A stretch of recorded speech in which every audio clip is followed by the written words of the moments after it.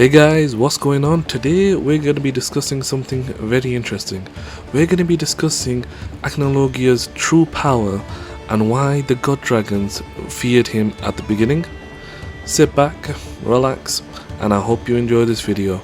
So today's video we're going to be doing something a little bit interesting where we're going to be going into Acnologia's history that we've seen so far, and we're going to be deep diving into that and comparing that to the powers of the god dragons in Fairy Tail 100 Year Quest, and we're going to be seeing why Acnologia deserved the title King of the Dragons. So Acnologia, firstly, who is he?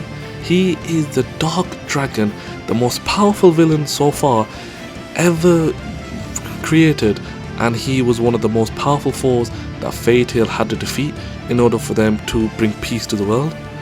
So Fairy Tail of course had to be versus Acnologia in the Fairy Tail final series, and once they were versus him, it took the power of 7 Dragon Slayers to be put into one person in order for them to defeat Acnologia. So literally it took the power of, you could say, the power of 7 King Dragons to defeat one king, which is kind of crazy to think about because Acnologia, he was so powerful at the beginning, but we don't know why, but we do know the reason as to why he wanted to kill all dragons.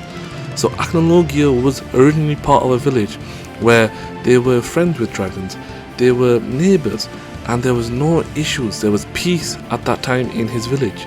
But for some reason, the protector of the village and all the dragons around them started to attack the humans, and they started to kill everyone but Acnologia.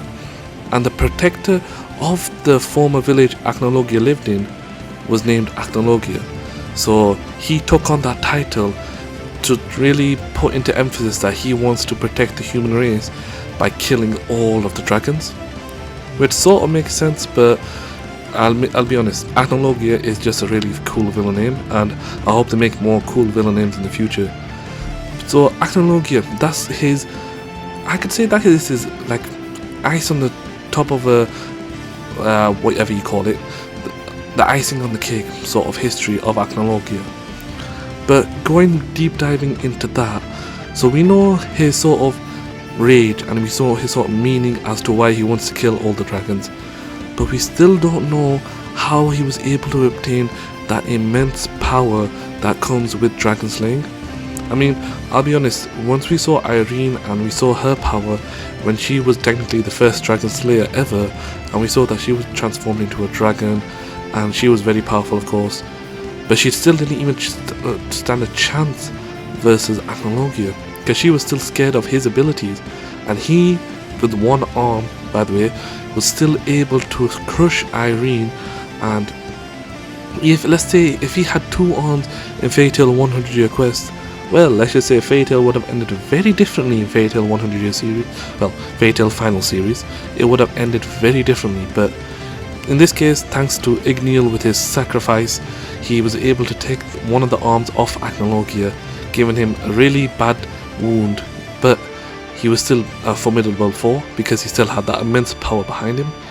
But that power that he had, that was from his dragon slaying ability, there was probably most likely another source mixed within it, and this is what leads me up to Acnologia and the dragon gods. So back at the beginning when Acnologia first appeared and he started to kill off some of the dragons, even the dragon gods in Fairy Tail 100 Year Quest mentioned that Acnologia was so powerful that they had to flee from the island and go to a different island just to get away from him. And putting that into like Fairy Tail world sort of context, they had to travel like halfway around the world just to get away from him so that they wouldn't be killed by him. And Acnologia, well, he was definitely, I could see that he would be that powerful, but I still don't understand the origins of that power. It had to be mixed with some sort of darkness that we've not seen yet, and most likely in Fairy Tail 100 Year Quest we are going to see the one who trained Acnologia, so probably his master or the source of where Acnologia got all of that evil power from, because probably his hatred towards dragon was the only reason why he was compatible with that specific power, and that's why he was able to obtain it so quickly, because the dragon slaying abilities Fine, he probably could kill like 5 to 10 normal dragons, but a dragon god, even though they probably weren't at their peak form yet, is still something to be impressed with, because a dragon slayer that can kill a dragon god, well, you don't see that every day now, do you?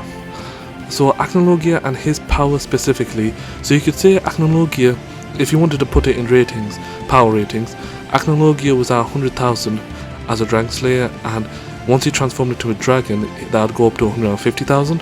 Whereas a dragon god, back in the days, of course, of where dragons were still alive, the dragon gods were probably around 70 to 80,000 in power. Whereas once it transformed into a dragon, that increased to 100 to maybe 110,000. Again, these are just rough figures that I'm just pricking out the air, so don't really take my word for it. So Acnologia's power, again, back then was so powerful that he literally forced all the dragon gods to go away from him. And if they were ever versus him, it really would have been an interesting fight to see who would be a true victor, a dragon god or the dragon king. A king versus a god. That sounds very interesting indeed. But my main sort of theory, of course, about Acnologia's power and where it came from, again, we are going to probably see it in Fatal 100 Quest, but I think that the dragon that taught Acnologia was probably a dragon god that we've not seen yet, or is something that is hidden and nobody knows about until the end of the Fatal 100 Quest, which again would be sick to see. And I really want to know what sort of person or what sort of power that was given to Acnologia in order for him to become this immense sort of threat all of a sudden. And he killed hundreds of dragons. He created a dragon graveyard back in Fatal when it was re-released back in 2014, or was it 2015? I believe it was 2015 when it came out. He created that dragon graveyard and he earned the title Dragon King. And I'll be honest, Fatal Final Series, when it was taken off him because he was versus 7 other dragon slayers and he didn't have both his arms, yes, I could see that it was one fair and square because it was a one-on-one match where it was between Natsu and Acnologia, but it wasn't fair where all the dragon slayers had to give all their powers to Natsu. And it wasn't really fair that Acnologia didn't have both of his arms, because if Acnologia did have both of his arms, I'll be honest, it would have been probably a much more intense fight. Somebody might have died and END might have actually been shown in that final moment, which I want to see END soon. Even if it's just a glimpse, I want to see END, and I want to see END possibly versus Acnologia. Sadly, I know that probably won't be able to happen, but it would have been sick to rate their sort of powers and between Acnologia and even Fatal Natsu END form. But yeah, so that's really comparing Acnologia, the threat he was, the sort of legacy he left behind, and why he really deserved the King of the Dragons, because he was a powerful form. And like I said, if he didn't have both one of his arms chopped off by Igneal, he definitely would have been the victor of the Fatal Final Series fight. So I hope you guys enjoyed this video. If you did, make sure to drop a like, leave a comment, and make sure to comment down below King if you can, if you come this far into the video. And yeah, I don't know if this video makes sense or not. I'll be honest, I went on a bit of a rant about Acnologia and I probably just make some stuff up, but hey, it's me getting back into YouTubing, and I'll be honest, it's getting quite fun. So I hope you guys enjoy the video. Take care and peace.